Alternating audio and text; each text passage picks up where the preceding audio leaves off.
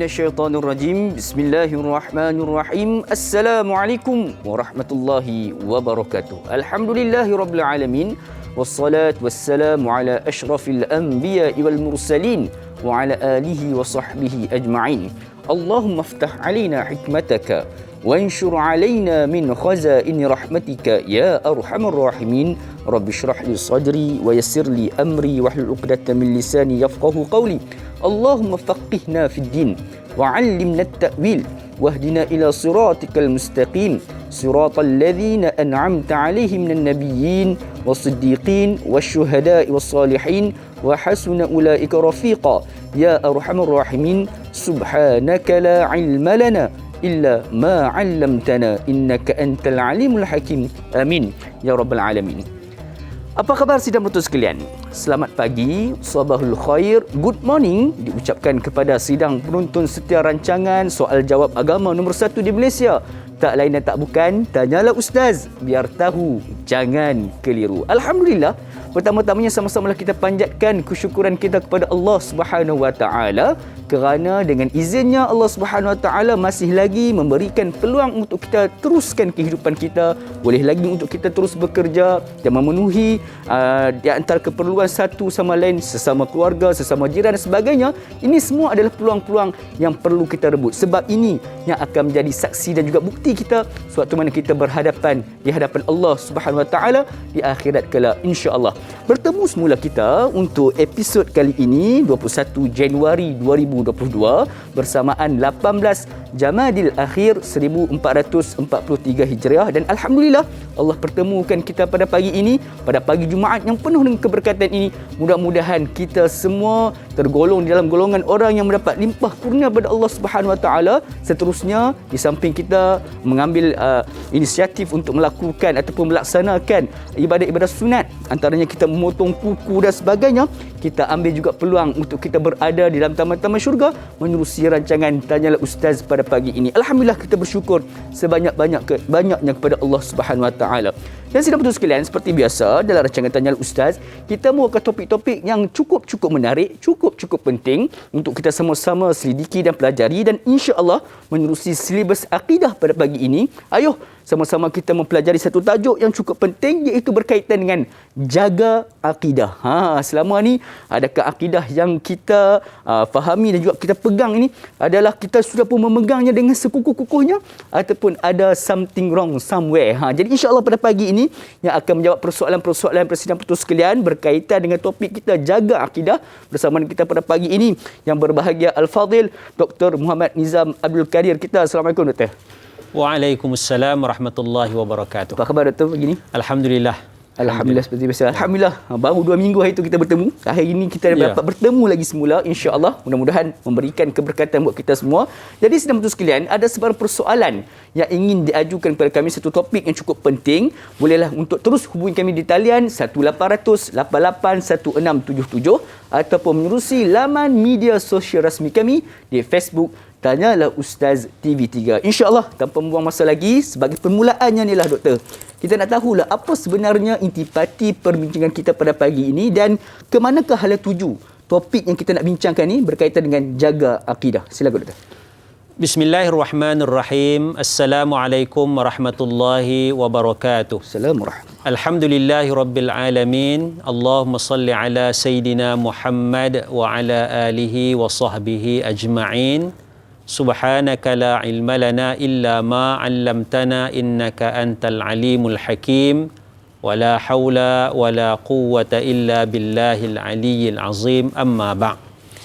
Alhamdulillah, satu perkara yang sangat penting dalam kehidupan kita sebagai hamba Allah Subhanahu Wa Taala ialah persoalan akidah.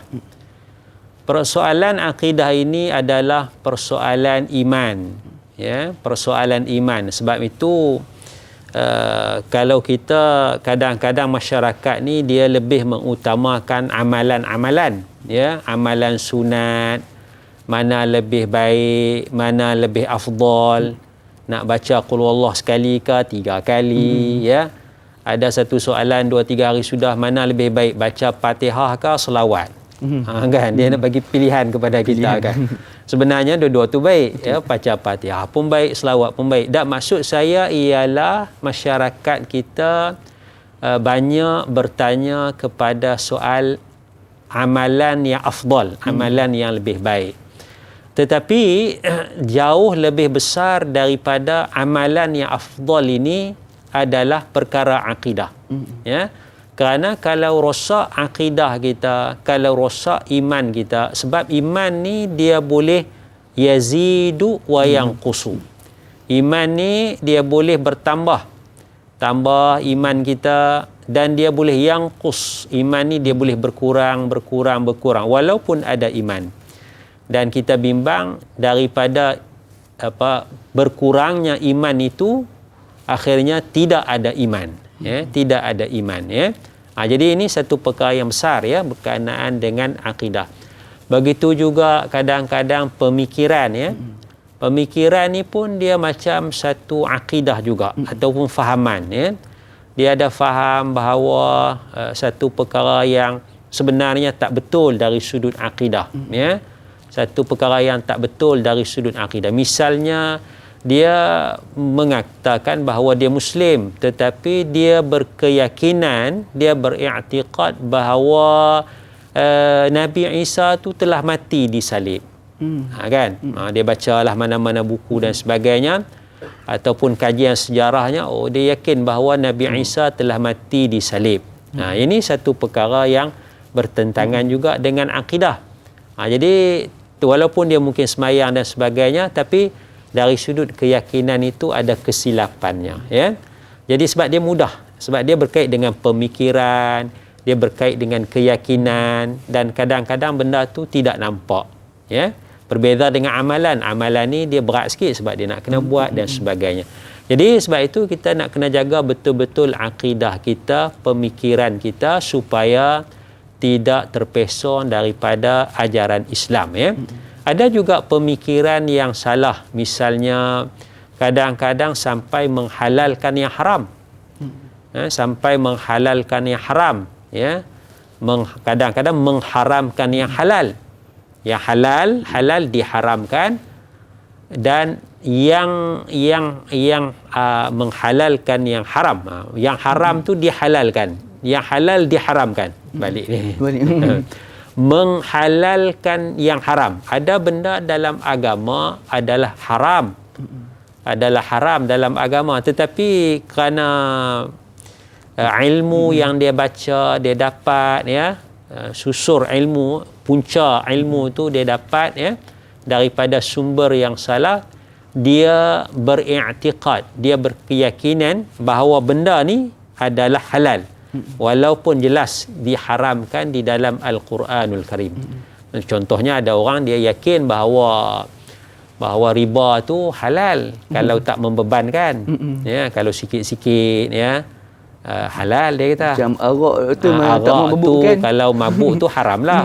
Tapi kalau tak berapa mabuk tu, pasal apa nak haram pula, kan? Apatah lagi ada kebaikan, manfaat dan sebagainya. Jadi dia mula berkeyakinan bahawa benda yang jelas haram tu, dia yakin, keyakinan dia bahawa benda tu adalah halal. Ini soal yang boleh merosakkan akidah kita sebenarnya. Wallahu a'lam. InsyaAllah. Jadi itu sebagai permulaannya. Jadi apa yang saya dapat simpulkan pada pagi ini, akidah ni dia merujuk pada kedua benda, kedua perkara, Doktor. Ya. Yang pertama tentang daripada keyakinan dan juga kepercayaan. Yang keduanya adalah berkaitan dengan pemikiran. Jadi saudara-saudara sekalian, ada persoalan yang nak diajukan berkaitan dengan dua perkara tersebut, boleh untuk terus hubungi kami di talian yang telah pun kami wawarkan di awal tadi. InsyaAllah. Jadi Doktor, kita nak raikan persoalan para sahabat Facebook kita. Yang pertama daripada Puan Jura Azlin Sufian.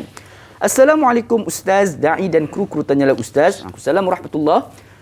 Semoga kita semua dalam rahmat Allah. Amin ya rabbal alamin. Soalan saya, apakah langkah-langkah ataupun usaha kita untuk menjaga akidah? Dan soalan keduanya, apakah ciri-ciri akidah yang sebenar? Mohon pencerahan. Terima kasih. #biar tahu jangan keliru. Silakan Doktor. Baik. Yang pertama, langkah-langkah untuk kita menjaga akidah, ya.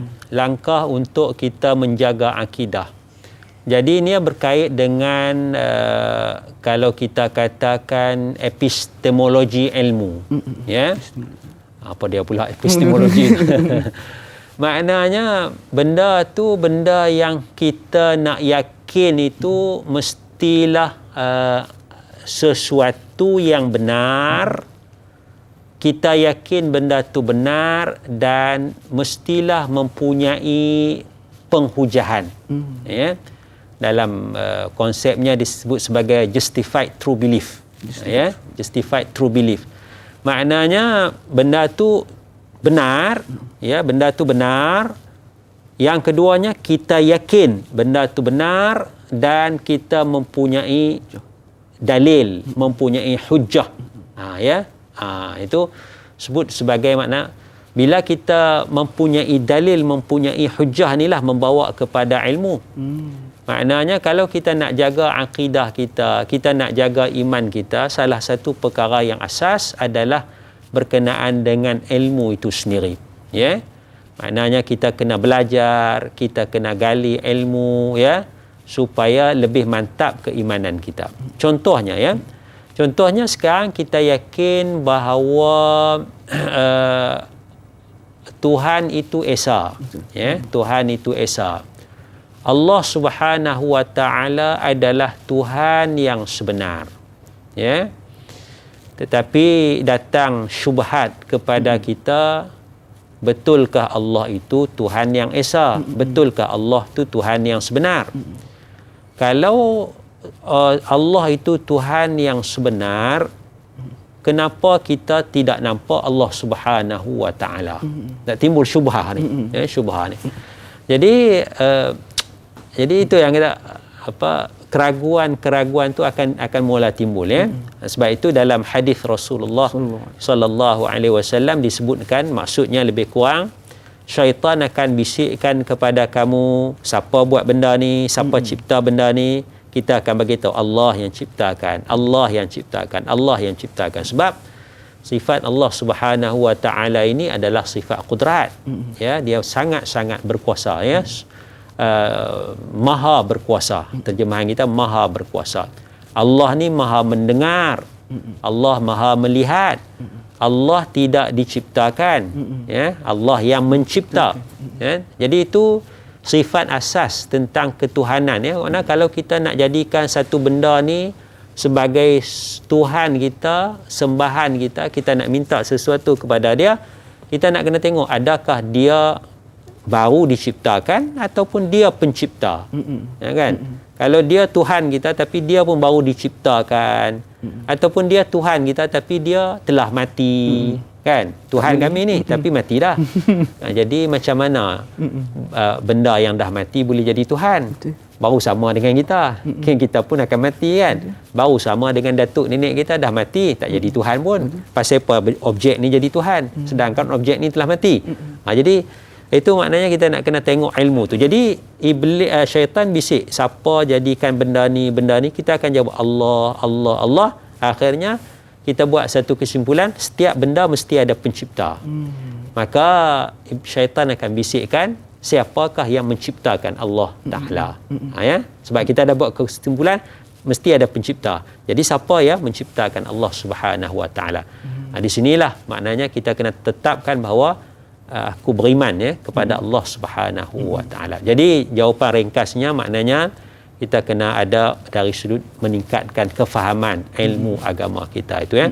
Karena salah satu ciri akhir zaman ni ialah ayyurfa'al ilmu wa yasbutal jahlu. Ya, daripada ciri-ciri kiamat pada akhir zaman, kita dah berada pada akhir zaman sebenarnya. Sejak zaman kelahiran Nabi Muhammad sallallahu alaihi wasallam sudah berada pada akhir zaman, ya. Jadi antara ciri akhir zaman tu ialah ayyurfa'al ilmu wa yasbutal jahlu. Ilmu tu diangkat dan kejahilan melanda dalam masyarakat. Jadi kita nak kena patah balik tu, kekalkan kekuatan dari sudut ilmu kita. Itu yang pertamanya. Yang keduanya, apakah ciri-ciri akidah yang benar? Ciri-ciri akidah yang benar ni maknanya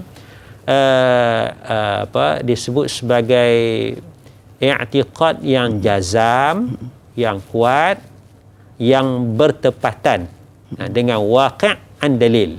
Ya. Maknanya kita nak kena tengok i'tiqad kita tu benar ataupun tidak benar ataupun tidak, dan kita nak kena pastikan dia mempunyai dalil. Baru dia lebih meyakinkan, ya. Maknanya kita nak pastikan i'tiqad aku ni benar ataupun tidak. Betulkah Muhammad itu Rasulullah?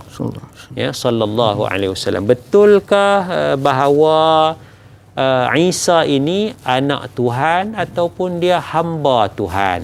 Ya. Betul. Jadi nak kena pastikan dulu. Semak satu, ya. Kita nak kena semak. Betulkah Al-Quran ini wahyu kalam Allah Subhanahu wa taala? Kita boleh semak juga, cuba kaji tengok ada tak kesilapan dalam Al-Quranul Karim, kan? Ada tak kesilapan bahasa dalam Al-Quran, ada tak kesilapan fakta dalam Al-Quranul Karim.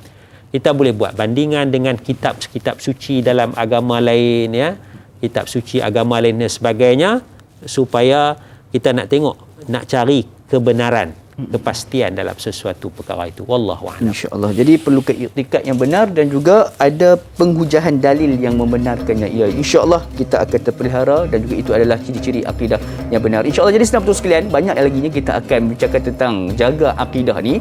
Namun sebelum itu kita berhenti berehat sebentar. Jangan ke mana-mana, teruskan kekal bersama kami rancangan Tanyalah Ustaz, biar tahu jangan keliru, kembali sebentar sahaja lagi, insya-Allah.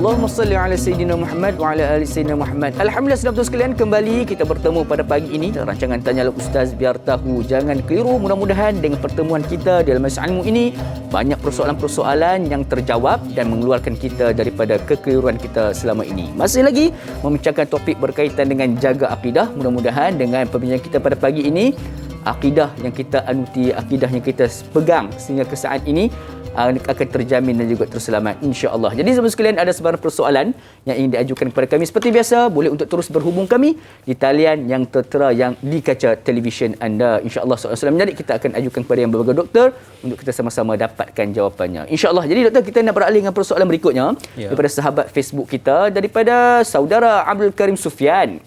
Assalamualaikum yang berbahagia Ustaz, Da'i dan kru-kru. Waalaikumsalam warahmatullahi wabarakatuh. Soalan saya, adakah kepercayaan mengenai pluralisme agama, iaitu menganggap bahawa semua agama di dunia ini adalah sama, boleh menggugat akidah seseorang? Dan soalan keduanya, bagaimanakah cara yang dibenarkan dalam Islam untuk meraihkan perayaan agama lain agar ia tidak menyalahi akidah? Jazakallahu khairan katsira Ustaz. #biar tahu jangan keliru. Dua persoalan cukup menarik dan juga saya nak tambahkan sedikit itu berkaitan dengan isu yang sentiasa bangkit setiap tahun. Sebagai contohnya, kita nak ucapkan selamat hari yang tak ataupun Merry Christmas, dan juga baru-baru ni kita meraihkan saudara serumpun kita ataupun kata apa, golongan masyarakat Indonesia ini dengan Taipusam, kita nak menyebut perayaan tersebut. Adakah dibenarkan dari sudut Islam dan juga syarak ni, doktor? Silakan. Bismillahirrahmanirrahim. Yang pertama berkenaan dengan pluralisme agama. Pluralisme agama, dia daripada perkataan plural, ya, bermaksud banyak. Kalau kita faham pluralisme agama ini dari sudut kepelbagaian agama, ya, kepelbagaian agama, maknanya Islam mengiktiraf, boleh guna tak bahasa tu, mengiktiraf, ya, mengakui kepelbagaian agama. Kerana itu dalam Al-Quranul Karim disebutkan lakum dinukum waliyadin. Bagi kamu agama kamu, bagiku agamaku. Itu declaration, ya, satu deklarasi bahawa Islam mengakui kewujudan pelbagai agama, ya. Jadi itu tidak ada masalah, ya, tidak ada masalah. Sebab itu zaman Rasulullah sallallahu alaihi wasallam ada gereja, ada ahli kitab dan sebagainya, ya. Tidak diruntuhkan rumah-rumah ibadat bukan Islam, ya. Itu makna jelas dalam Islam. Tetapi hari ini fahaman pluralisme agama membawa satu idea, satu pemikiran bahawa semua agama adalah sama dari sudut kebenaran. Ya. Jadi bila kita kata pluralisme agama tu, dia bermaksud semua agama adalah sama dari sudut kebenaran. Yang ni sesuatu yang bertentangan dengan akidah Islam. Kita boleh kata sama dari sudut agama tu nak kita jadi baik, ya, itu tak ada masalah. Sebab dari sudut akhlaknya, setiap agama ni dia mengajar penganut agama menjadi baik. Agama Islam, agama Kristian, agama Buddha, dan semua nak jadi baik, ya.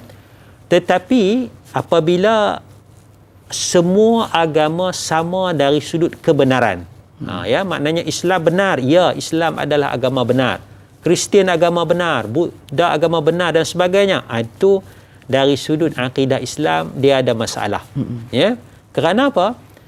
Kerana dalam Al-Quran Allah menyatakan innad dina indallahil Islam. Sesungguhnya agama yang diredai di sisi Allah ialah agama Islam. Jadi Allah dah tetapkan dalam Al-Quran agama yang Allah redha hanyalah agama Islam. Ya. Itu satu, innad dina indallahil Islam. Kemudian wala tamutunna illa wa antum muslimun. Janganlah kamu mati melainkan kamu dalam keadaan muslim, dalam keadaan Islam. Jadi asasnya kita tidak boleh berfahaman pluralisme agama, tak boleh langsung, kerana bertentangan dengan nas Al-Quran. Sebab apa tak boleh? Sebab bertentangan. Yang keduanya, agama Islam mentauhidkan Allah Subhanahu wa taala. Tiada Tuhan melainkan Allah. Bila kita doa, kita minta kepada Allah Subhanahu wa taala. Tetapi agama yang bertentangan dengan Islam ini tidak mentauhidkan Allah Subhanahu wa taala. Dan Allah sangat murka kepada orang yang tidak mentauhidkan Allah Subhanahu wa taala. Jadi macam mana kita boleh menyatakan agama tu semuanya sama dari sudut kebenaran? Sama dari sudut akhlak, nilai baik itu boleh. Tapi dari sudut kebenaran, dalam i'tiqad seorang Muslim, mestilah hanya Islam sahaja agama yang benar dan diradai di sisi Allah Subhanahu wa taala. Jadi kita kena jaga jangan terikut dengan fahaman pluralisme agama. Itu satu. Yang kedua tadi tentang kita meraihkan, ya, perayaan agama bukan Islam. Hakikatnya kita tak boleh meraihkan perayaan agama bukan Islam. Ya, perayaan agama bukan Islam tak boleh kita raihkan, ya. Kerana perayaan agama bukan Islam itu adalah bertentangan dengan akidah Islam. Sebab dia ada penyembahan kepada dewa, ada penyembahan kepada tuhan-tuhan selain daripada Allah Subhanahu wa taala. Bagaimana kita nak meraihkan?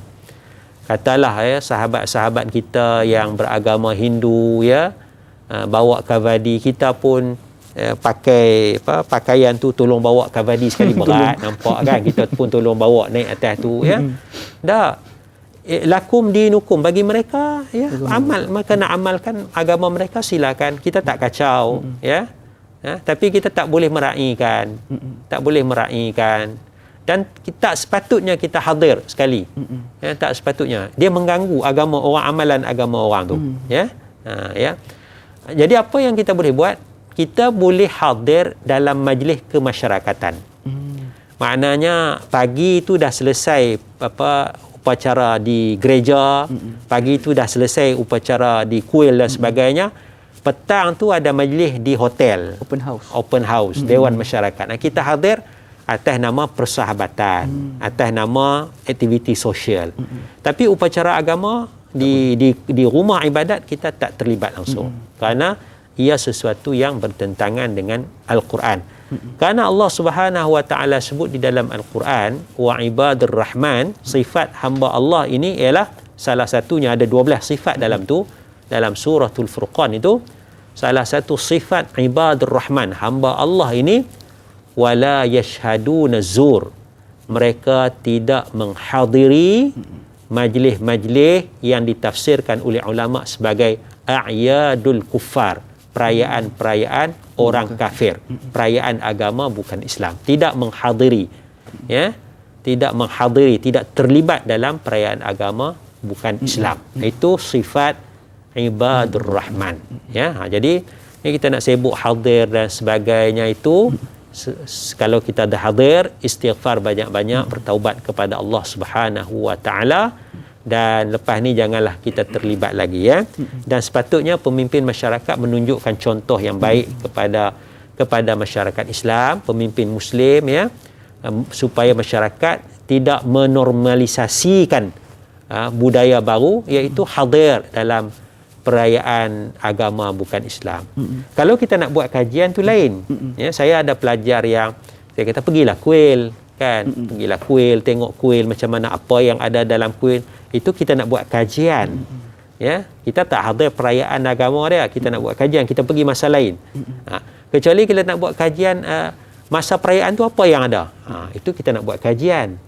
Sekarang kita bukan nak buat kajian, tapi kita nak pergi sama-sama merayakan. Ini sesuatu yang haram, tidak boleh. Wallahu a'lam. Jadi sedikit tambahan tadi doktor berkaitan dengan yang kita nak mengucapkan. Yang nak mengucapkan tu pun kita nak kena jaga jugalah. Ya, nak kita jaga sebab Allah Taala tidak redha wala yarda li ibadihi al-kufra. Allah tak redha kekufuran. Kan? Jadi kita nak jaga. Kalau macam ni ucapan, ya. Selamat menyambut Deepavali. Semoga dewa ni memberikan rezeki kepada kamu, ya. Itu tak boleh. Tak boleh, okey. Tak boleh. Pasal kita sudah menggunakan nama dewa-dewa, ya. Seolah kita berkeyakinan dewa tu. Tapi kalau kita sebut ucapan ni, semoga awak sihat, mendapat rezeki yang baik, ya. Kita ada masalah. Lagi bagus kalau kita sebut selamat bercuti, ya, dan semoga awak diberikan kesihatan yang baik, diberikan rezeki yang murah oleh Allah Subhanahu wa taala. Itu lagi bagus. Itu lebih baik. Sebab kita minta kepada Allah supaya Allah bagi rezeki kepada dia, bagi kesihatan yang baik. Itu clear. Maknanya tidak ada syubhah, ya. Kita minta dia sihat, selamat bercuti. Itu lebih baik bagi kita. Jadi itu satu cara penyelesaian kita lah. Selepas ni kalau berlaku lagi, orang kata apa, setiap tu berlaku benda ni doktor. Jadi mudah-mudahan dengan jawapan doktor sebentar tadi tu merungkaikan kekeliruan kita selama ini, insya-Allah. Jadi terima kasih doktor di atas jawapan tersebut. Jadi sekarang kita nak meraihkan pemanggil kita yang berada di talian. Assalamualaikum Tuan Ismail kita. Waalaikumsalam warahmatullahi wabarakatuh. Dan doktor. Apa khabar Tuan Ismail? Alhamdulillah sihat. Silakan persoalan pagi ni, insya-Allah. Okey, soalan saya pagi ni ada dua soalan ringkas saya tanya. Yang pertama, adakah maksudnya jaga akidah? Ini ia bersangkut paut dengan hati, perasaan dan kepercayaan kita kepada Allah SWT. Yang kedua, adakah boleh tercemar atau terbatal akidah jika seseorang itu gemar mempersendakan dengan hanya sekadar ia bersuka-suka saja? Itu soalan saya pagi ini. Terima kasih. Assalamualaikum warahmatullahi wabarakatuh. Terima kasih Tuan Ismail. Kita dua persoalan yang cukup baik untuk kita sama-sama dapatkan jawapannya. Jadi soalan yang pertama doktor, adakah kita ni bermaksud jaga akidah ni perlu jaga hati, keyakinan kita pada Allah SWT? Dan juga soalan kedua tu berkaitan dengan orang yang suka memperolok, melawak, tak kena gaya ni orang kata, berkaitan dengan agama. Adakah itu juga merosakkan akidah? Silakan. Baik, bismillahirrahmanirrahim. Yang pertama, kita jaga akidah, ya, termasuk hati kita lah. Ya, termasuk hati kita. Sebab saya dah sebutkan tadi di awal, kita jaga pemikiran kita. Dan akidah ni dia berkait dengan soal i'tiqad, keyakinan, ya. Keyakinan ni dia lebih kepada hati kita. Ya. Jadi apakah hati kita itu ada keyakinan yang salah? Pemikiran kita ni ada tak pemikiran yang salah, keyakinan yang salah dalam agama kita? Ya. Jadi nak jaga dari sudut i'tiqad, dari sudut hati, ya, pemikiran. Kalau lintasan tu biasalah. Lintasan itu betul ke Allah ni Tuhan? Tu kan, mana bisikkan syaitan lintasan hati dan sebagainya. Tapi last kali kita kena tetapkan Allah adalah Tuhan yang sebenar. Tapi syaitan sentiasa membisikkan. Yang tu kita kena lawan lah. Ya, itu satu. Yang keduanya, perbuatan kita mempersendakan, ya. Jadi disebut di dalam Al-Quran tentang istihza, ya. Disebut di dalam Al-Quran tentang istihza, ya. Adakah dengan Allah kamu nak bermain-main? Ya, adakah dengan Allah kamu nak bermain-main? Disebut tentang istihza, yastahzi'un, ya. Allahu yastahzi'u bihim wa yamudduhum fi tughyanihim ya'mahun. Innama nahnu mustahzi'un. Disebut dalam tu mereka kata innama nahnu mustahzi'un. Kami ni nak main-mainnya, nak olok-olok je. Allahu yastahzi'u bihim. Allah akan balas olok-olok mereka, main-main mereka tu. Ya. Jadi maknanya ucapan orang yang akidahnya tak betul, mereka kata kami ni nak main-mainnya, nahnu mustahzi'un. Allah Ta'ala murka, jawab dalam Quran, Allahu yastahzi'u. Allah Ta'ala akan balas perbuatan olok-olok. Jadi bila kita olok-olok dalam agama, ya, tak apa, jom kita berjudi. Allah bukan tahu ni, kita buat dalam gelap. Kita buat dalam gelap, Allah bukan tahu. Kan? Jadi kita dah memperolokkan. Sedangkan dalam Al-Quran, innallaha basirun. Allah Ta'ala maha melihat. Kita olok-olok, Allah tak nampak ni. Pasal kita buat senyap-senyap. Kita buat dalam gelap. Kita buat dalam gelap. Kan? Jom kita melanggan pelacur, kita pergi ke seberang. Kan? Pihak berkuasa agama pun tak tahu. Allah pun tak apa tahu. Masya Allah. Kan? Kan? Kita nak melawak, bergurau. Kita macam nak meringankan kesalahan kita tu. Nak meringankan, taklah rasa berat sangat. Maknanya kalau buat di sini, pihak berkuasa agama tahu, salahlah. Kan? Kalau buat seberang, pihak berkuasa agama tak tahu. Allah pun tak tahu. Jadi, kita rasa ringan. Tapi kita sedang memperolok-olokkan Allah Subhanahu Wa Ta'ala. Kalau kita perolok jabatan agama, tak apa lagi. Dia tak masuk akidah lagi. Kan? Pasal dia jabatan agama, manusia. Tapi bila kita memperolokkan Allah Subhanahu Wa Ta'ala, ini satu dosa yang besar. Boleh merosakkan akidah kita. Ya? Jadi kesimpulannya, akidah ni bukan untuk main-main. Kalau kita lihat dalam masalah tolak, ya, cerai pun. Maknanya kalau bersungguh-sungguh pun jadi jatuh cerai, olok-olok pun jatuh cerai. Itu dalam masalah fiqah. Apatah lagi dalam masalah yang lebih besar, itu masalah akidah. Wallahu a'lam. Allahu akbar. Jadi janganlah kita mempermain-mainkan agama kita ni, walaupun sekadar suka-suka. Kadang-kadang kita ni biasalah melawak, tapi betul lah melawak tak kena gaya. Jadi sedang betul sekalian, mudah-mudahan menjawab persoalan daripada Tuan Ismail kita sebentar tadi. Banyak lagi yang kita nak bincangkan berkaitan dengan jaga akidah ni. Namun sebelum tu kita berhenti berehat sebentar. Kembali sebentar saja lagi. Tanyalah Ustaz, biar tahu, jangan keliru.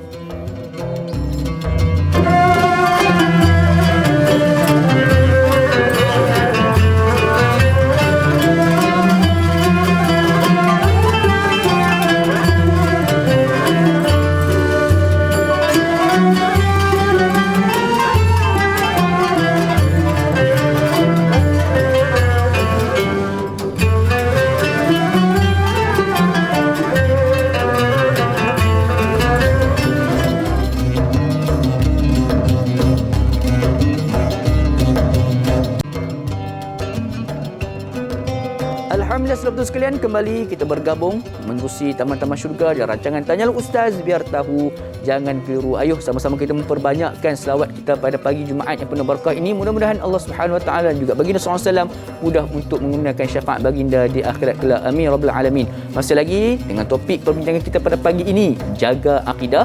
Ada sebarang persoalan yang ingin diajukan kepada kami. Seperti biasa, boleh untuk terus berhubung dengan kami di talian yang tertera di kaca televisyen anda. InsyaAllah soalan-soalan yang terpilih kita akan ajukan kepada yang berbahagia Dr. Nizam kita untuk sama-sama kita dapatkan jawapannya. InsyaAllah. Jadi jom kita nak beralih dengan persoalan berikutnya daripada sahabat Facebook kita, daripada Puan Nur Dahlia Biru.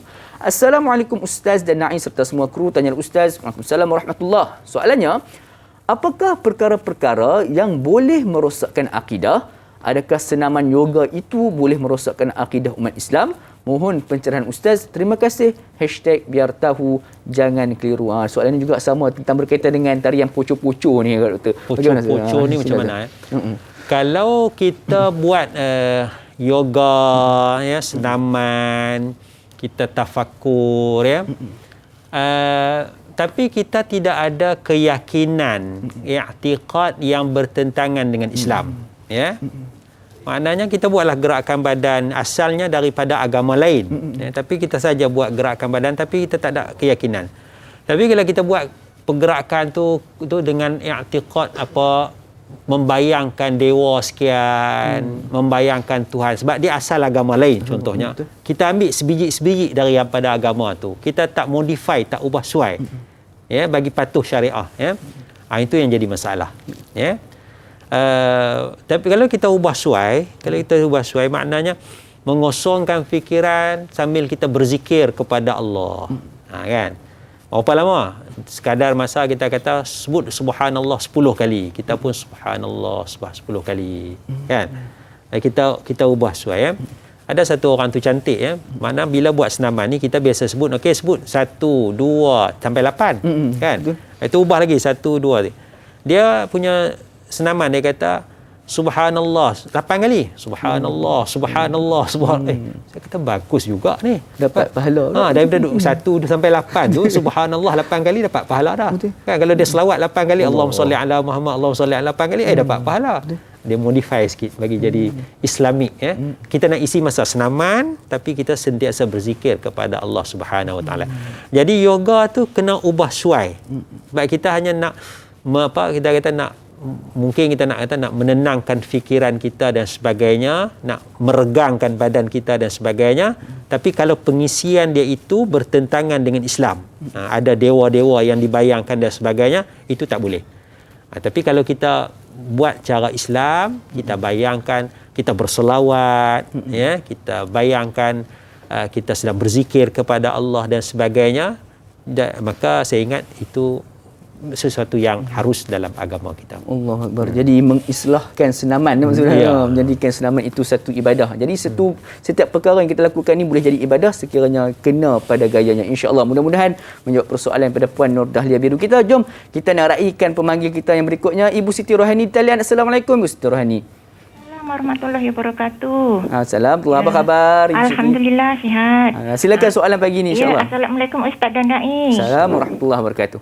Saya ingin bertanya, biar tahu jangan keliru. Seorang guru tu adalah bukan Islam. Dan muridnya tu adalah orang Islam. Si anak murid tu telah menghantar pengkebumian guru yang bukan Islam tu sampai ke tanah perkuburan lah. Murid tu ialah orang Islam. Jadi apakah ini merosakkan akidah, Ustaz? InsyaAllah. Sebab itu guru dia, guru sekolah yang disayangi. Itu saja soalan saya, Ustaz. Assalamualaikum warahmatullahi wabarakatuh. Assalamualaikum warahmatullahi wabarakatuh. Terima kasih Ibu Siti Rohani. Kita satu persoalan cukup menarik berkaitan dengan kita bersama-sama dalam upacara pengkebumian orang yang bukan Islam ni, Doktor. Silakan. Bismillahirrahmanirrahim. Masalah kita hadir ini dia masuk dalam masalah fiqh. Dia masuk dalam masalah fiqh, ya. Kita boleh hadir ke kubur orang bukan Islam kerana untuk mengambil itti'az, untuk mengambil peringatan. Dan disebut di dalam hadis Rasulullah sallallahu alaihi wasallam, zurul qubura fa innaha tudzakkirukumul akhirata. Ziarahlah kubur. Jadi Nabi tak kata kubur Islam. Nabi kata kubur saja. Ziarahlah kubur kerana kubur itu mengingatkan kamu kepada akhirat. Jadi kalau kita ziarah kubur orang Islam pun itti'az, nak ambil peringatan, aku pun akan masuk dalam kubur ni.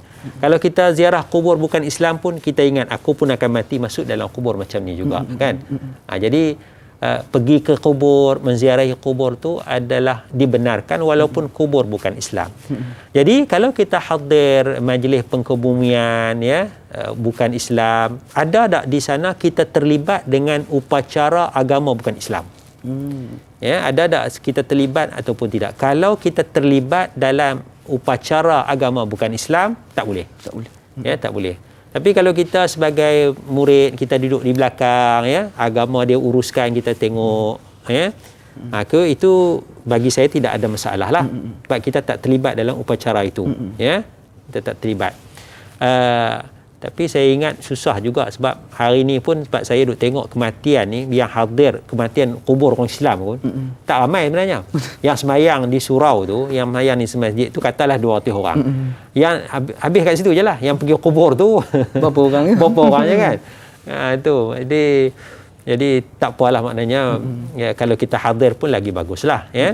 Jadi jawapan saya boleh, tetapi dengan syarat kita tak terlibat dengan upacara bukan Islam. Maknanya kita duduk di belakang tengok ya.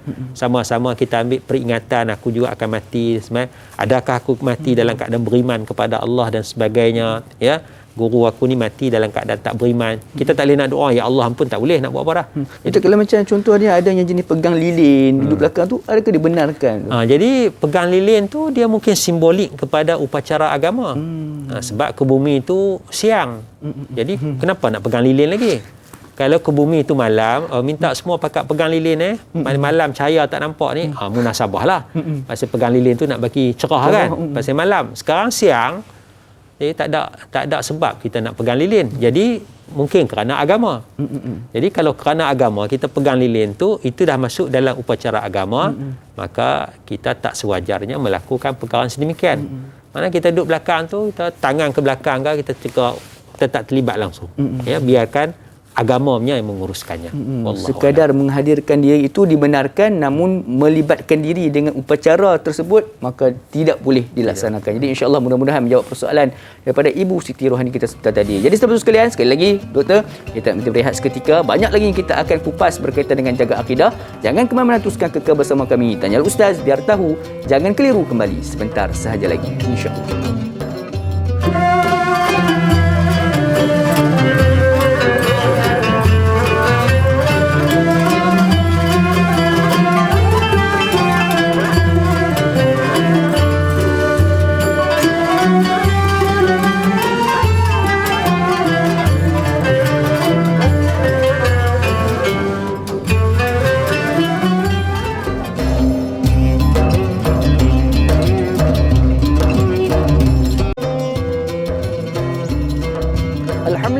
Kembali kita bersama-sama di rancangan Tanyalah Ustaz biar tahu jangan keliru. Pada pagi ini kita membincangkan topik yang cukup penting untuk kita semua kerana ianya berkaitan dengan akidah, iaitu tajuknya jaga akidah. Mudah-mudahan dengan perbincangan kita pada pagi ini, akidah yang kita pegang dan juga yakini sehingga ke saat ini, kita akan dapat pelihara dengan sebaik yang boleh insya-Allah.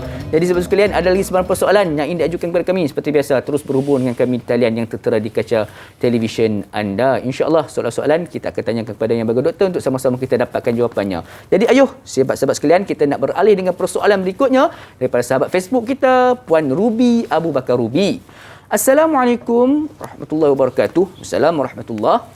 Bagaimanakah caranya jika seseorang itu diambil atau dibela dari kecil oleh keluarga angkat yang berbangsa lain untuk tetap menjaga akidahnya sebagai seorang yang beragama Islam? Mohon perkongsian dari Ustaz. Terima kasih Ustaz Nai. Sama-sama #biar tahu jangan keliru. Satu persoalan yang cukup baik doktor. Silakan. Bismillahirrahmanirrahim.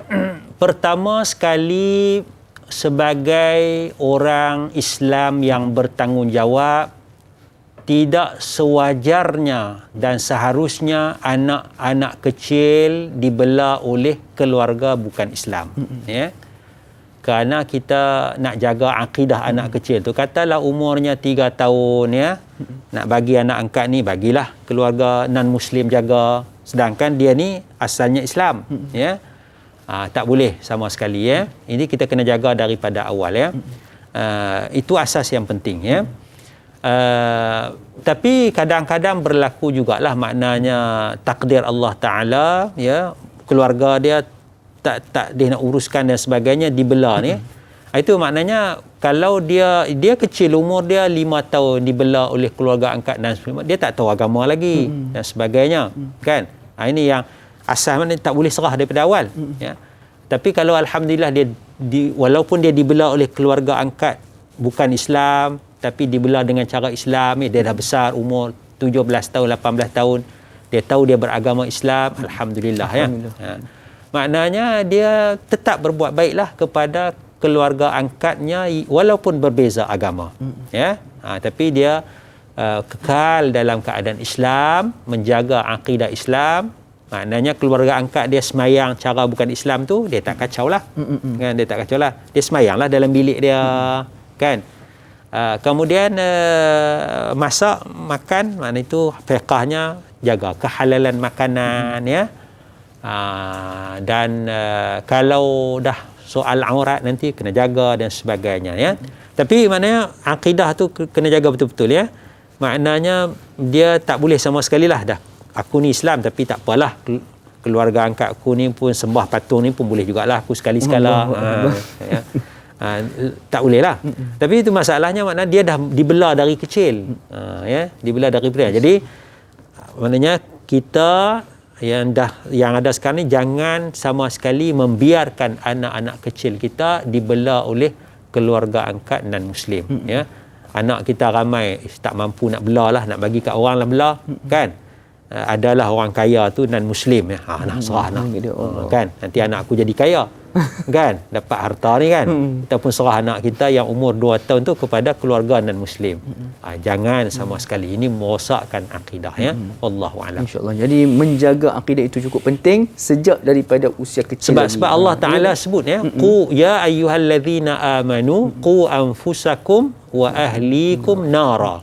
Wahai orang yang beriman, jagalah diri kamu dan ahli keluarga kamu daripada azab api neraka. Jadi kalau budak tu kecil kita dah serah kepada non muslim, ya. Kalau non muslim tu didik dalam agama bukan Islam, habislah. Kita dah tak jaga dah. Tak jaga. Sebab tu kita kena sekat daripada awal. Misalnya kita kata sekarang ni ada pengambilan anak angkat, ya. Jabatan yang menguruskan anak angkat, ataupun pengurusan rumah anak yatim, dia nak bagi anak angkat tu.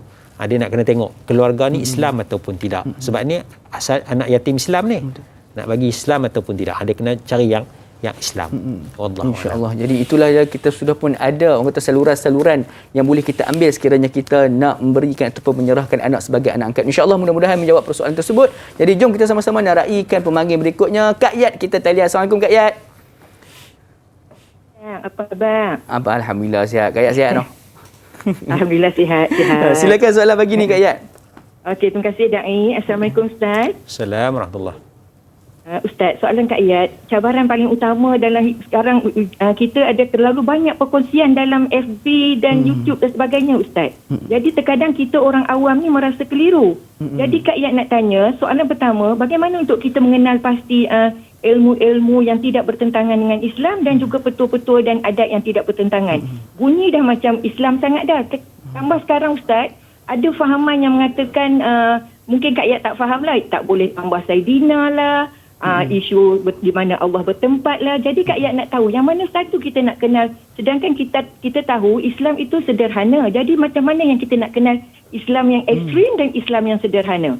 Itu saja soalan Kak Yat Ustaz. Terima kasih. Assalamualaikum. Assalamualaikum. Terima kasih Kak Yat di atas persoalan yang cukup penting buat kita semua. Apatah lagi kita sekarang ni berada dalam zaman media sosial yang lebih merisaukan. Aliran-aliran ataupun pemikiran begini telah pun mula tersebar di kalangan anak-anak muda kita sekarang, Doktor. Bagaimana Doktor kita nak menghadapinya? Silakan. Bismillahirrahmanirrahim. Ini masalah kita sebab kita ialah zaman teknologi ini kita memadai dengan teknologi semata-mata. Ya. Ilmu ini dia perlu kepada ta'allum. Innamal ilmu bitta'allumi. Sesungguhnya ilmu itu dengan cara kita belajar. Ya. Kemudian syarat kita nak belajar ni pula, rukun dia ada 4 atau 5 rukun. Maknanya kita kena ada guru, kenal pasti guru kita. Ya, siapa latar belakang dia? 1. Kita sendiri sebagai seorang yang nak mengaji. 2. Kitab apa kita nak mengaji? Dia panggil kitab tadris. Dia bukan semua kitab kita boleh belajar. Ada kitab yang kita baca aja, tapi kitab yang kita nak mengaji tu, kitab yang telah tahan diuji beratus tahun, ulama-ulama gunakan, ya. Dalam akidah sebagai contoh. Kemudian suasana bi'ah dia, kena ada suasana ilmu dan manhaj yang kita nak ikut, silibus yang kita nak ikut. Jadi kalau kita sekadar tengok dalam media sosial je, petikkan 3 minit, 4 minit, terus kita nak ambil ilmu tu, tak edit tu. Jadi sebab itu kita nak kena ubah mindset kita, ilmu tu kena cari. Ilmu tu kena didatangi, kena cari tempat dia.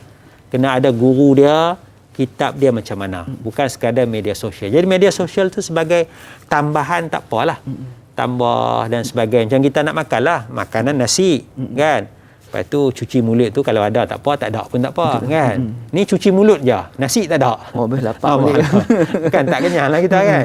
Kan jamuan makan tengah hari yang disediakan hanya cuci mulut saja. Dadih sikit dan sebagainya. Orang bakat catering. Bakat catering kan. Kalau ada nasi, lauk semua, dadih ada, alhamdulillah. Tak ada dadih pun tak apa. Jadi ilmu tu mana kitab mana aku nak mengaji, guru mana aku ni. Aku nak ikut ustaz ni, ikut untuk guru ni. Ajar daripada awal sampai habis. Kemudian aku tengok media sosial sikit, tambah maklumat. Itu sepatutnya. Sekarang ni kita tinggalkan kitab, kita tinggalkan mengaji dengan guru agama, kita nak ambil media sosial saja. Ya. Itu satu jadi masalah lah. Tapi kita tak boleh nak buat apa lah sebab dah masyarakat ke arah tu. Jadi sinilah maknanya kita nak kena ada keterbukaan, kita nak kena ada filter, ya, tapih maklumat dan sebagainya. Dan apa-apa yang kita tengok dalam media sosial tu rujuk balik kepada guru agama. Ya, pergi ke masjid, pergi ke surau, tanya dengan 2-3 orang guru agama, ya, apa dalil dia, penghujahan dia, ya. Kena ada dalil juga. Janganlah kata ikut je apa saya cakap. Janganlah tu kan. Dalil dia begini, boleh tambah Sayyidina ni. Pasal apa? Pasal dalil dia Allah Taala menyatakan wa sayyidan wa hasuran wa nabiyyan minas salihin. Nabi Yahya tu adalah sayyid. Kalau Nabi Yahya tu sayyid, sudah tentu Nabi Muhammad juga sayyid.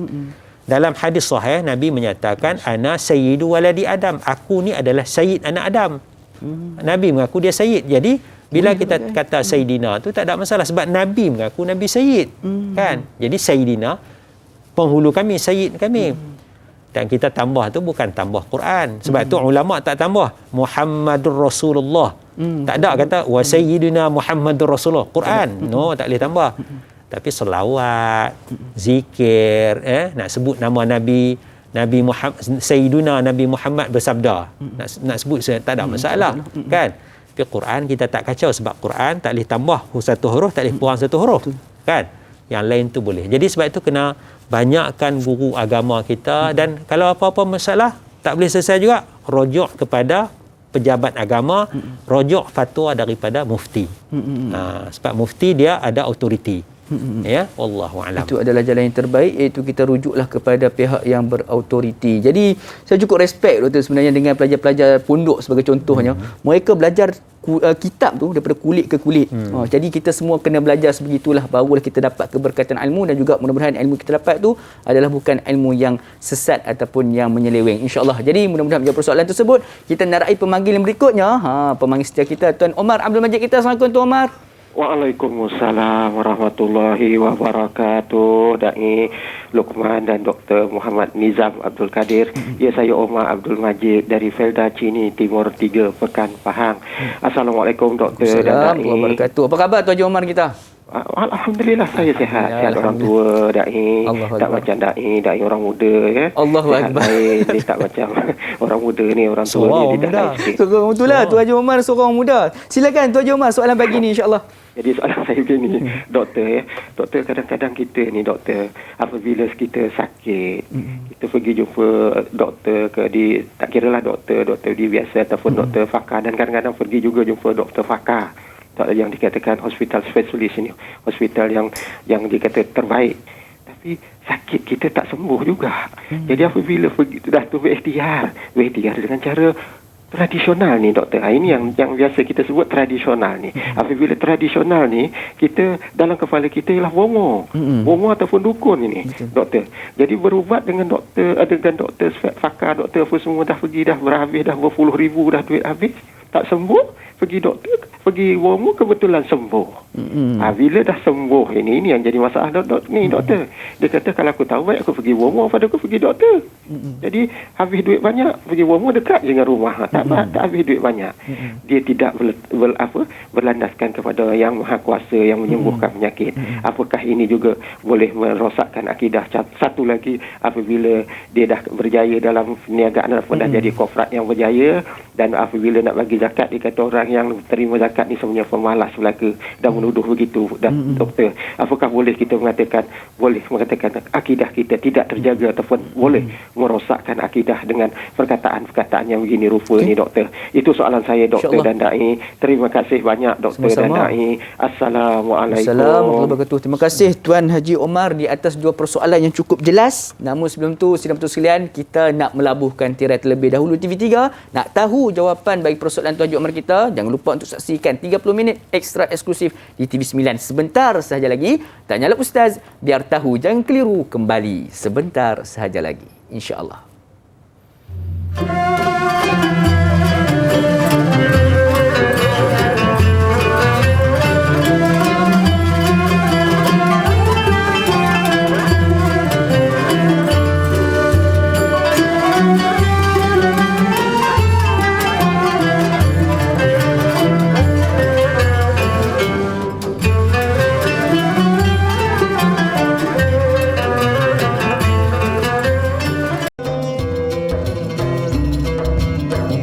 Alhamdulillah sahabat sekalian, kembali kita bertemu mata di dalam rancangan Tanyalah Ustaz, biar tahu jangan keliru pada pagi ini, di pagi Jumaat yang penuh berkat. Mudah-mudahan Allah Subhanahu Wa Taala kurniakan dan limpahkan kita dengan rezeki yang melimpah ruah.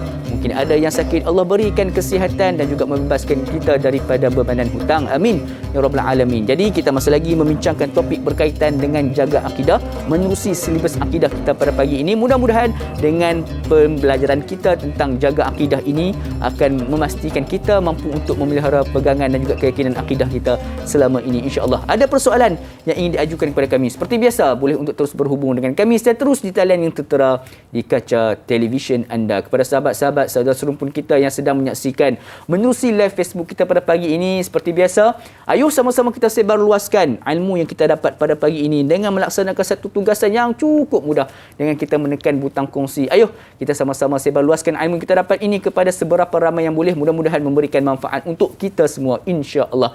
Jadi sebelum kita berhenti berehat sebentar tadi, sedang betul sekalian, kita menerima dua persoalan daripada Tuan Haji Omar kita, dan insya-Allah kita akan sama-sama dapatkan jawapannya, iaitu persoalan yang pertama berkaitan dengan keyakinan terhadap bomoh dan juga dukun yang memberikan penyembuh, dan yang keduanya berkaitan dengan kata-kata ni, perkataan ini. Kadang-kadang mengatakan bahawa orang yang terima zakat ni pemalas dan sebagainya. Adakah ini juga mampu untuk merosakkan akidah kita, doktor? Silakan doktor.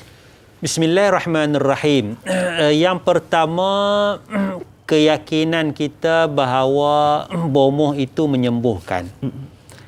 Sebenarnya yang menyembuhkan itu bukanlah bomoh, bukanlah doktor pakar dan sebagainya.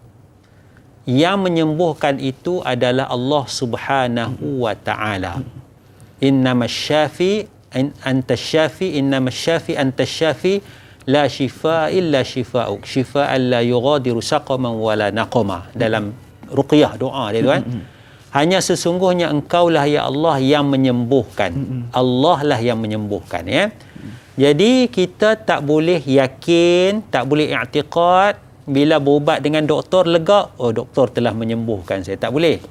Cuma dari sudut bahasa luarannya tu tak ada masalah lah, ya. Tapi dari sudut i'tiqadnya, kalau tanya sekali lagi, betul ke doktor ni yang sembuh? Wah, bukan, yang sembuhkan tu Allah. Betul. Ya.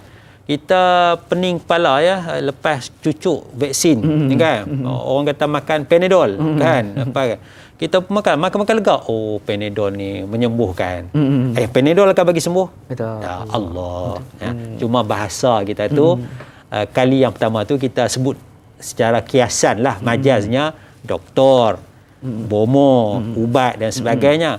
Tapi bila tanya kali kedua, akidah kita yang sebenarnya hanyalah Allah yang menyembuhkan. Jadi tak boleh kita kata bomoh nilah yang menyembuhkan dari sudut i'tiqad. Doktor nilah yang menyembuhkan dari sudut i'tiqad. Dari sudut bahasa basi itu bolehlah.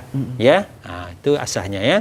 Jadi bukan dari sudut akidah kita nak jaga, jangan kata bomoh yang menyembuhkan, jangan i'tiqad doktor yang menyembuhkan, jangan kata ubat tu yang menyembuhkan. Yang menyembuhkan adalah Allah Subhanahu wa Ta'ala. Itu satu. Yang keduanya, bila kita menyindir orang yang menerima sedekah, ya, pemalas dan sebagainya, Allah Subhanahu wa Ta'ala sebut di dalam Al-Quran, di dalam suratul Baqarah, qaulun ma'rufun wa maghfiratun khairum min sadaqatin yatba'uha adha. Perkataan yang baik dan maaf. Perkataan yang baik ni, qaul. Masa nak bagi sedekah tu ucap, minta maaf lah, saya boleh bagi banyak ni je. Kan? Nak bagi banyak tu saya tak berapa ada duit. Tak kat sini. Kat sini banyak lagi. Minta maaf kan. Kan? Minta tak ada duit dah, ada banyak ni je. Kan? Ni ada banyak lagi. Kan? Karena kita ucap perkataan yang baik, ya. Dan maghfirah. Kalau tak boleh nak bagi pun minta maaf, saya tak boleh tolong, ya. Kadang-kadang kita pun cuak juga, orang minta tolong dan sebagainya, kita rasa ragu-ragu, kita minta maaf dan sebagainya.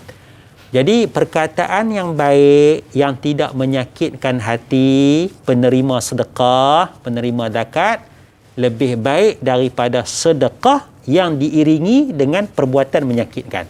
Ya, kita bagi duit, nah, RM100, kan? Pemalas. Itu menyakit. Tak bagi itu lebih baik. Lebih baik tak payah bagi. Lebih baik tak bagi. Lebih baik tak bagi. Allah kata tak bagi itu lebih baik sebab kita tak menyakitkan hati dia. Minta maaf saya tak dapat bagi kerana saya tak ada duit ataupun saya ada masalah lain, saya tak dapat bagi, minta maaf.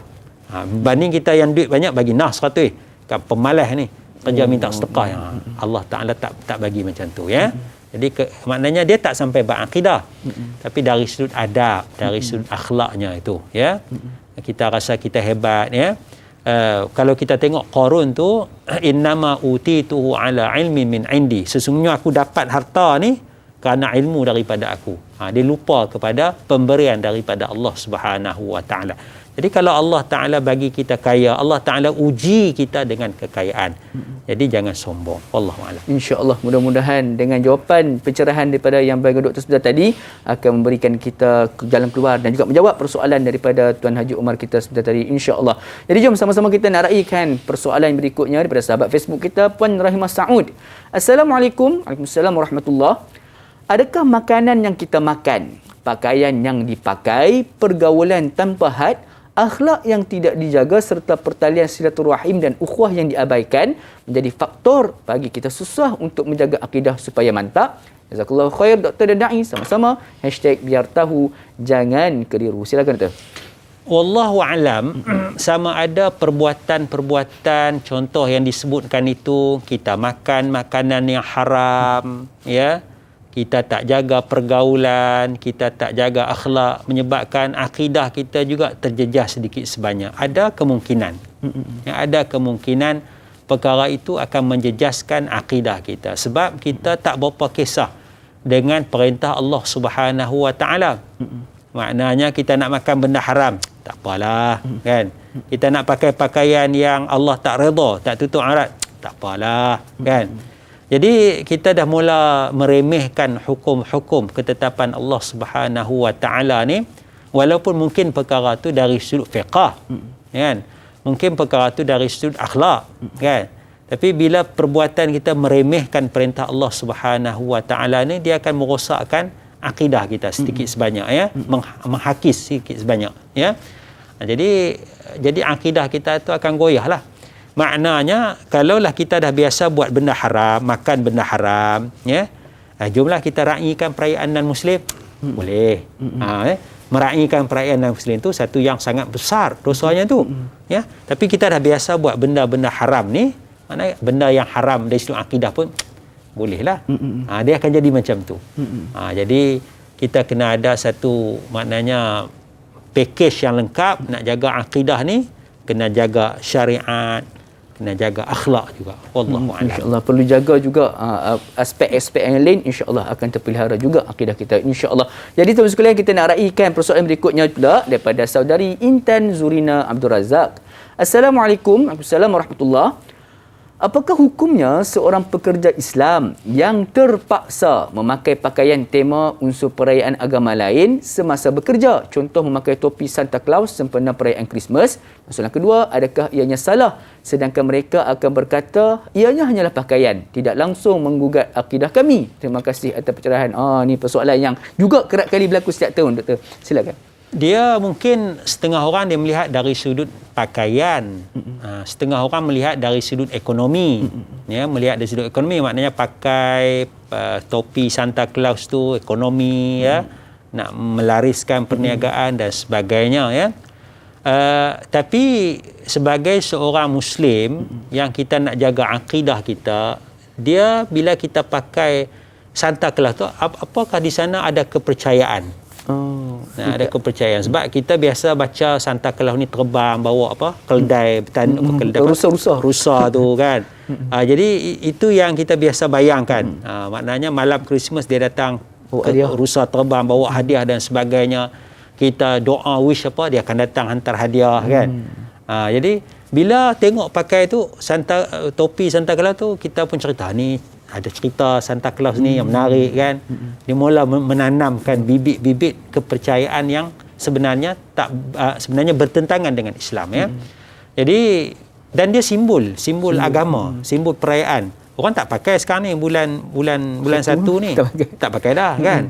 Bulan 3 tak pakai dah. Dia bulan 12 tu bulan mula pakai. Pasal apa? Dia ada perayaan agama. Jadi saya ingat tak bolehlah kita nak pakai. Tapi kalau dah kita terpaksa, kalau tak pakai awak akan dibuang kerja. Kan? Kita pula nak cari kerja lain pun susah dan sebagainya. Maka dalam keadaan terpaksa ni, maknanya saya ingat ada keuzuran lah. Ada keuzuran lah, ya, bagi pekerja yang keuzuran sebegitu, ya, yang ada keadaan terpaksa tu. Tapi kalau kita tak terpaksa, kita tokai kedai, kita sini, jom kita pakai topi Santa Claus, kita pakai pakaian merah putih tu, itu tak boleh lah. Tapi kalau kita terpaksa, kita istighfar banyak-banyak, kita tak happy pakai tu, tapi kita pakai tu dalam keadaan terpaksa. InsyaAllah tak redha dengan terpaksa tersebut. Mudah-mudahan ianya akan menyebabkan kita tak ada lah orang kata beriktikadkan dengan perayaan tersebut. InsyaAllah mudah-mudahan menjawab persoalan tersebut. Jadi semua sekalian, ada lagi persoalan yang kita akan ajukan kepada Ustaz. Namun sebelum itu kita berhenti berehat seketika. Jangan ke mana-mana, teruskan kekal bersama kami. Tanyalah Ustaz, biar tahu, jangan keliru.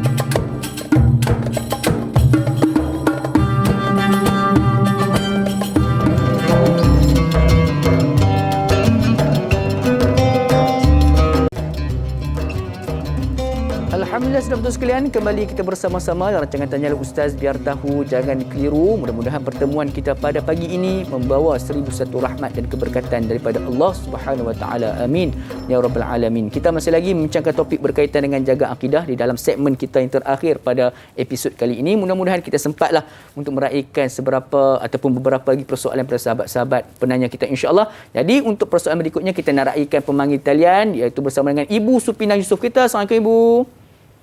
Waalaikumsalam warahmatullahi wabarakatuh. Apa khabar Ibu? Assalamualaikum Ustaz dan Da'i semua. Assalamualaikum warahmatullahi wabarakatuh. Apa khabar Ibu? Alhamdulillah sihat. Alhamdulillah. Silakan soalan pagi ni Ibu. Sihat. Ustaz, macam ni nak tanya. Saya selalu kalau ada mengikuti kelas tu, Ustaz akan cakap mari sama-sama kita beristighfar dan membaharui iman. Dengan mengucap kalimah syahadah lah kan. Adakah itu membetulkan akidah yang telah rosak? Lepas tu satu lagi, saya selalu dalam solat tu, kalau ada masalah tu, dia macam satu ilham yang baik lah datang waktu tu. Ilham tu adakah ilham dari Allah ataupun dari syaitan, Ustaz? Dia ilham yang macam mengatasi masalah kita lah. Yang baik. Macam tu ya. InsyaAllah. Okay. Terima kasih Ibu Supinah. Assalamualaikum warahmatullahi wabarakatuh. Dua persoalan yang cukup menarik. Yang pertama berkaitan dengan istighfar dan syahadah, memperbaharui syahadah setiap hari itu. Dan yang keduanya berkaitan dengan bila datang masalah, tiba-tiba datang ilham untuk membagi. Adakah itu bisikan syaitan ataupun ianya berkaitan dengan silakan tu. Bismillahirrahmanirrahim, ya. Perbuatan kita beristighfar dan memperbaharui iman dengan kalimah la ilaha illallah adalah perbuatan yang baik. Ya. Maknanya bagus kita istighfar. Istaghfiru rabbakum innahu kana ghaffara yursilis samaa alaikum midrara. Ya, minta ampunlah kepada Tuhan kamu. Kerana Allah itu Maha Pengampun. Ya, jadi perkataan Nabi Nuh disebut di dalam Al-Quranul Karim. Dan Nabi SAW memang suruh kita istighfar. Jadi tidak ada masalah ya. Makna ustaz suruh istighfar banyak-banyak ya. Selawat ya, perbaharui iman ya. Itu adalah sesuatu yang dibenarkan dalam agama kita. Maknanya kita nak jaga akidah kita tu, kita sentiasa sebut la ilaha illallah, berselawat, berzikir kepada Allah Subhanahu wa taala. Boleh insya-Allah. Yang keduanya, kita dapat ilham ya.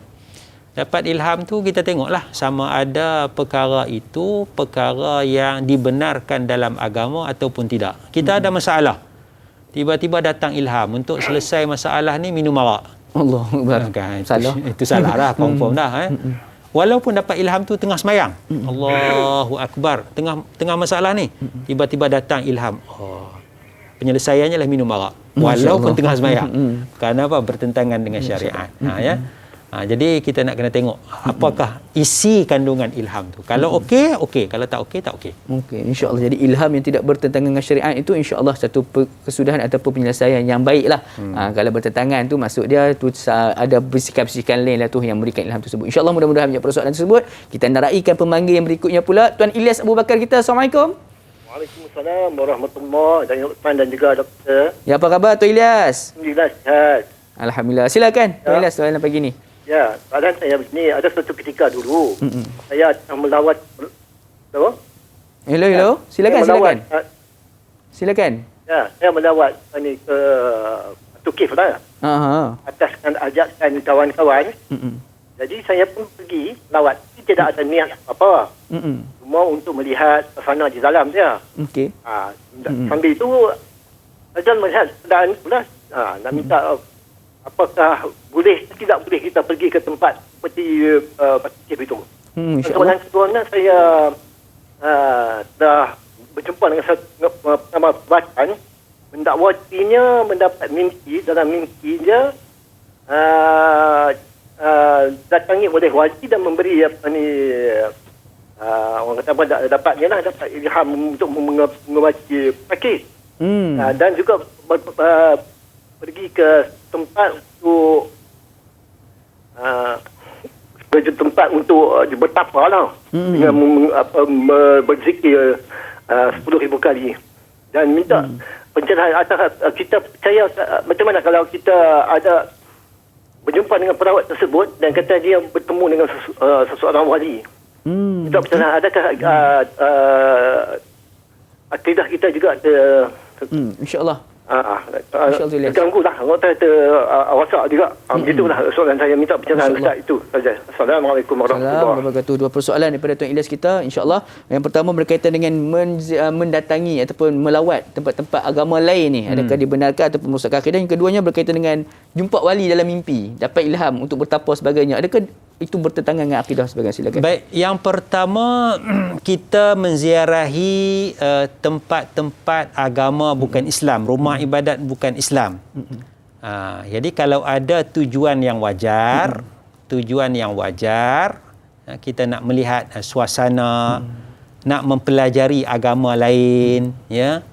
Kita nak melihat apa yang ada dalam tu, ya, dewa apa, Tuhan apa yang mereka sembah dan sebagainya sebagai suatu pengetahuan kepada kita dan kita boleh gunakan sebagai aset dakwah, kan? Maka itu sesuatu yang tidak ada masalah. Maknanya kita belajar, oh kamu sembah dewa ni, kami dalam Islam kami tak sembah dewa ni. Kami sembah Tuhan, ya. Kami sembah Tuhan. Kami tak minta kepada dewa-dewa, kepada makhluk sebab Tuhan Allah Maha mendengar. Jadi tak perlulah dewa-dewa ni nak sampaikan kepada Tuhan kami. Kan? Jadi kamu sembah dewa ni akan sampaikan kepada Tuhan. Beza, kita nak belajar, ya. Nak buat perbandingan agama. Jadi insya-Allah itu sesuatu yang baik sebenarnya. Ya. Sebab bila kita nak berdebat dalam soal agama ni, kita kena tahu dulu macam mana agama orang lain, ya. Ud'u ila sabili rabbika bil hikmah wal mau'izatil hasanah wajadilhum billati hi ahsan. Boleh berdebat, berbicara dengan orang agama lain dengan cara yang lebih baik, ya. Insya-Allah jaga niat itu, ya. Tapi kalau kita hadir masa perayaan, ya, untuk sama-sama meraihkan, itu tak boleh. Tapi kalau kita nak tahu apa mereka buat masa perayaan ni, kita pun tengok dari jauh, ambil gambar sikit, ya. Itu ada niat yang baik, kita boleh, tapi kita nak kena berhati-hati. Kan? Wallahu alam. Satu. Soalan kedua tu Yang berkaitan kedua, jumpa wali. Kalau kita mimpi, kita nak kena jaga mimpi ni. Sama ada mimpi ni datang daripada Allah, sama ada mimpi ni adalah datang daripada syaitan. Ya. Jadi satu nak kena jaga. Yang kedua, macam mana kita tahu itu wali Allah? Ya, macam mana kita tahu itu wali Allah? Kita tahu kata wali songo tu wali Allah. Masyhur cerita wali songo tu wali Allah. Tiba-tiba kita mimpi wali songo datang kepada kita. Kita kenal kau wali songo ni? Tak pernah jumpa. Tak pernah jumpa. Boleh tak syaitan menyamar sebagai wali songo? Boleh. Boleh kan? Jadi itu yang kita nak kena berhati-hati tu. Nak kena berhati-hati betul. Jangan mudah-mudah saya jumpa dengan mimpi jumpa wali Allah. Wali Allah ni bagi satu amalan kepada saya. Saya kena bertapa di tempat sekian-sekian, ya. Kalau saya lelaki, tinggalkan isteri saya, anak-anak jangan peduli selama 10 bulan. Kan? Kalau saya isteri, saya perempuan, tinggalkan suami saya untuk bertapa. Kerana ini adalah petua daripada wali untuk mendapat redha Allah Subhanahu wa taala, kan. Jadi tengok balik, ya, tengok dari sudut syaraknya, Quran hadisnya, tengok betul-betul, ya. Kerana dakwaan tu siapa-siapa pun boleh buat, ya. Betul, kita boleh bermimpi jumpa Nabi, mimpi jumpa Rasulullah, ya. Tapi nak buktikan orang tu betul-betul mimpi jumpa Rasulullah, tak boleh nak buktikan.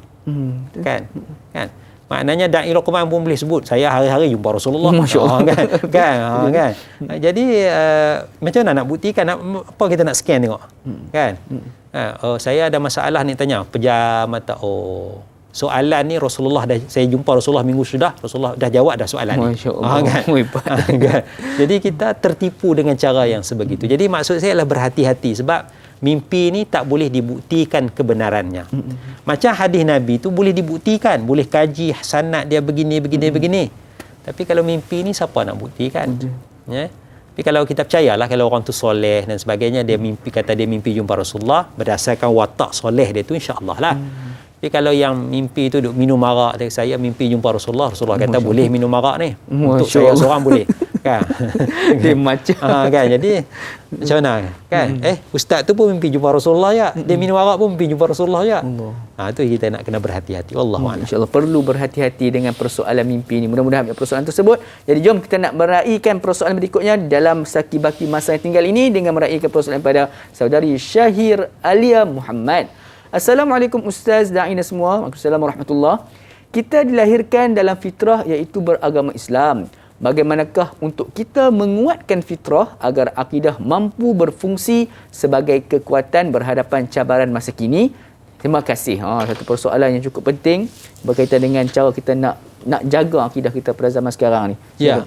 Jadi nak jaga akidah zaman sekarang ni maknanya dari sudut ilmu satu. Ya, yang keduanya kita kena menguatkan iman kita dengan amal-amal soleh. Ya.